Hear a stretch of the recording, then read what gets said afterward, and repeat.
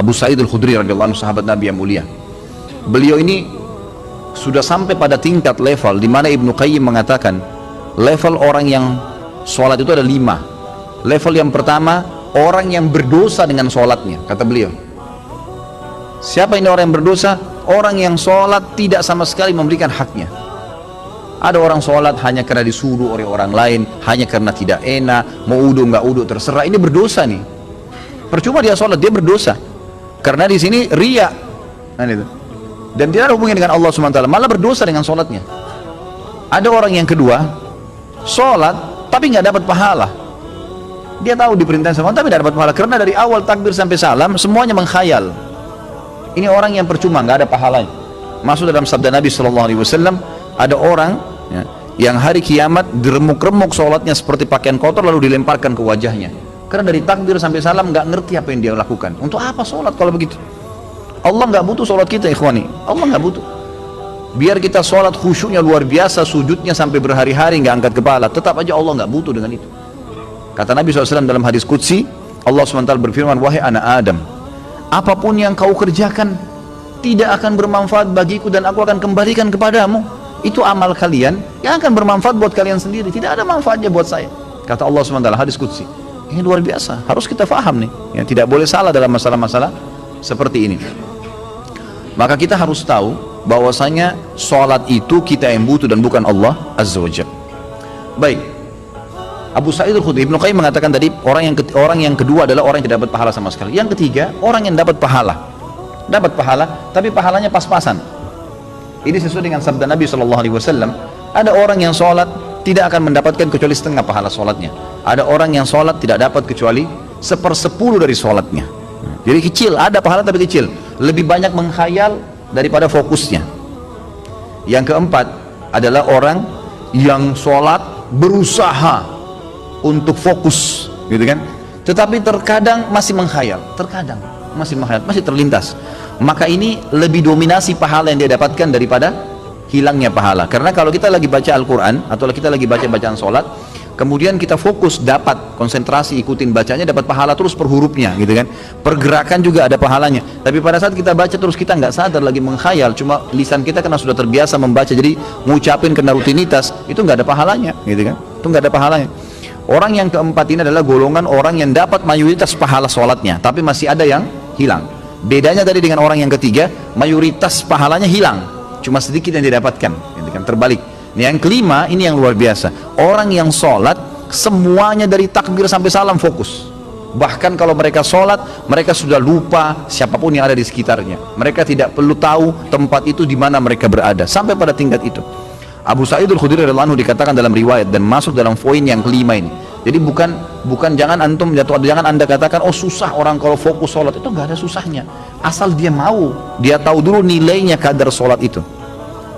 Abu Sa'id Al-Khudri berkata radhiyallahu anhu, saya pernah disuruh oleh Nabi SAW menjaga pasukan di malam hari dan Nabi SAW sedang tidur bersama dengan pasukan. Maka saya pun sholat di semak belukar. Pada saat saya lagi sholat, tiba-tiba ada mata-mata musuh dari jauh itu yang memanah ke arah saya dan tepatnya jatuh di jantung saya, di tengah-tengah dadanya jatuh di jantungnya.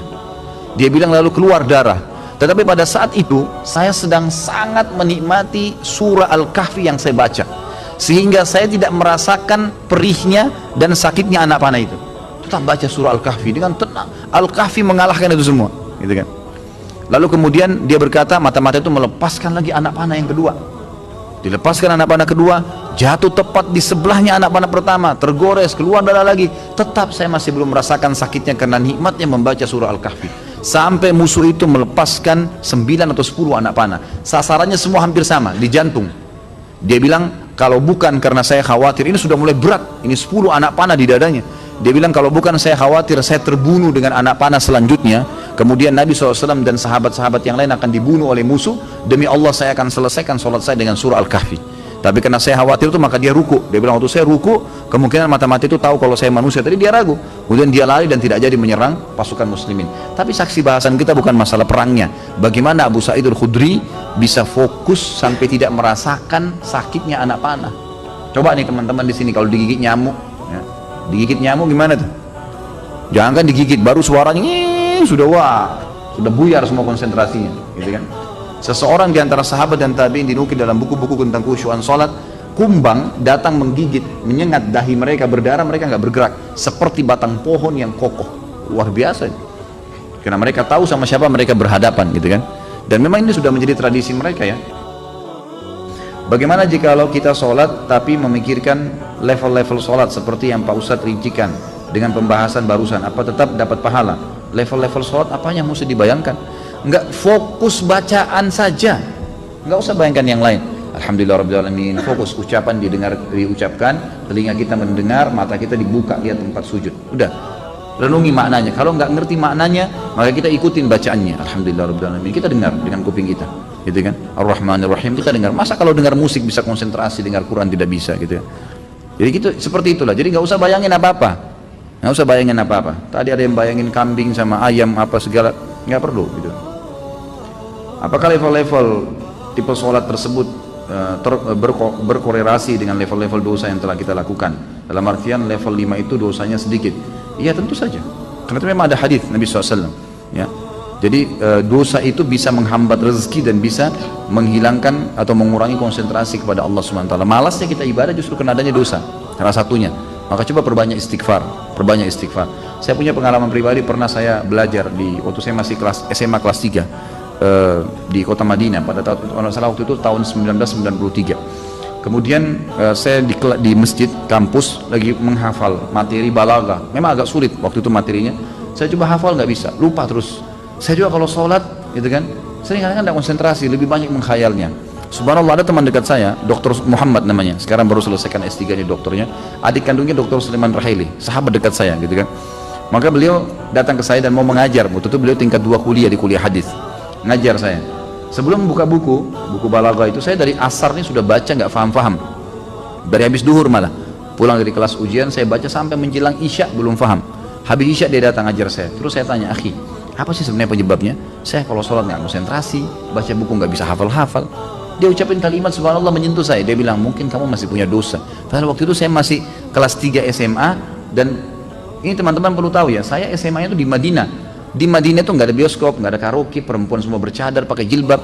Hiburan kami itu dulu kampus, Masjid Nabawi, gitu kan. Kalaupun kita masuk ke mall, ke pasar-pasar, nggak ada musik, beli kebutuhan, kemudian pulang ke kampus. Nggak ada celah yang kita mengatakan ada dosa kayak di Indonesia. Orang yang masya Allah SMA-nya di sini luar biasa kemana-mana. Tapi itu saja masih cukup membuat saya tidak bisa khusyuk gitu. Lalu dia bilang, "Coba akhi, ente istighfar kepada Allah SWT, kemudian coba sholat." Ya, kan? Mungkin tujuan dia waktu itu mengajak untuk sholat taubat ya. Ada hadis Nabi SAW riwayat Abu Dawud dengan sanad hasan. Tidak ada seorang hamba yang berbuat dosa, kemudian dia berwudu, lalu dia sholat 2 rakaat, lalu dia beristighfar, kecuali Allah ampuni dosanya. Maka saya astagfirullah wa atubu ilaih, saya berdiri, saya sholat. Waktu itu 2 rakaat menghadap kiblat, subhanallah. Begitu saya salam, ini pengalaman pribadi. Begitu saya salam, saya belajar dengan dia setengah jam, buku itu saya fahami. Setengah jam buku itu saya faham. Bahkan saya hafal hal-hal yang tidak saya hafal sebelumnya, yang sudah mungkin 6 jam saya belajar, gitu kan. Subhanallah. Saya jadikan patokan, ternyata memang dosa bisa jadi penghambat itu. Maka makin pekah, makin dekat dengan Allah SWT, maka makin berpengaruh kehusyuan tentunya.